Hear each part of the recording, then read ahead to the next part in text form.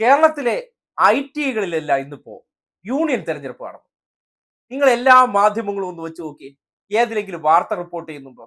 അതെങ്ങനെ റിപ്പോർട്ട് ചെയ്യും? ഈ അടുത്ത ദിവസമാണ് മാടായിലുള്ള ഒരു ഐ.ടിയിൽ എസ്.എഫ്.ഐ KSU സംഘർഷം എന്നുള്ളതിലേക്ക് സതീശന് വേണ്ടി മാപ്രകൾ അങ്ങോട്ട് കൊട്ടേഷൻ എടുത്ത് പോയി റിപ്പോർട്ട് ചെയ്തു. എന്നാൽ തെരഞ്ഞെടുപ്പിന്റെ റിസൾട്ട് വരുമ്പോൾ എന്താണ് ആ വാർത്ത റിപ്പോർട്ട് ചെയ്യാതിരിക്കുന്നത്? പക്ഷപാതം എന്ന് പറഞ്ഞു കളയല്ലേ? അത് പക്ഷപാതമല്ല, അത് സ്വാഭാവികമായിട്ട് വാർത്തയല്ല. കാര്യം എസ്.എഫ്.ഐക്ക് ഈ നാട്ടിൽ എന്തെങ്കിലും നേട്ടം ഉണ്ടാകുന്നുണ്ടെങ്കിൽ അതൊന്നും വാർത്തയല്ല. എസ്.എഫ്.ഐക്ക് എന്തെങ്കിലും എതിരാകുന്നുണ്ടോ, അത് മാത്രമാണ് വാർത്ത. കേരളത്തിലെ 98 ഐ.ടികളിൽ 14 ജില്ലകളിലെ 98 ഐ.ടികളിൽ 83 ഇടങ്ങളിൽ എസ്.എഫ്.ഐ വിജയിച്ചിരിക്കുകയാണ്.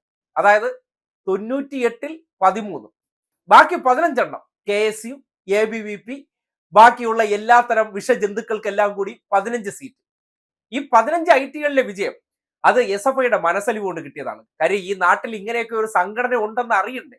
എല്ലാം കൂടി പിടിച്ചെടുത്ത് കഴിഞ്ഞു കഴിഞ്ഞാൽ ഇവരെന്ന് പറയുന്ന സാധനം ഇല്ലാതാകില്ലേ? അപ്പോൾ ഒരു പ്രതിപക്ഷ ബഹുമാനം എന്നുള്ള നിലയ്ക്ക് ഈ വയലിൽ കോലം നിർത്തിയിരിക്കുന്ന പോലെ അവിടെ ആയിട്ട് ഓരോരോ ക്യാമ്പസുകൾ ഇവർക്ക് ഔദാര്യമായിട്ട് കൊടുത്തിരിക്കുകയാണ്. പിള്ളേരോട് ചെന്നിട്ട് പറഞ്ഞു, ഒന്ന് നിങ്ങൾ അവർ വോട്ട് ചെയ്തോട്. കഷ്ടമാണ്. കാര്യം ഈ നാട്ടിലെ ഈ പേരിനെങ്കിലും എവിടെയെങ്കിലും ചൂണ്ടിക്കാട്ടാനായിട്ട് വേണ്ടേ? അതിന്റെ അടിസ്ഥാനത്തിൽ 98ൽ 15 പേരിന് കൊടുത്തിട്ടുണ്ട്.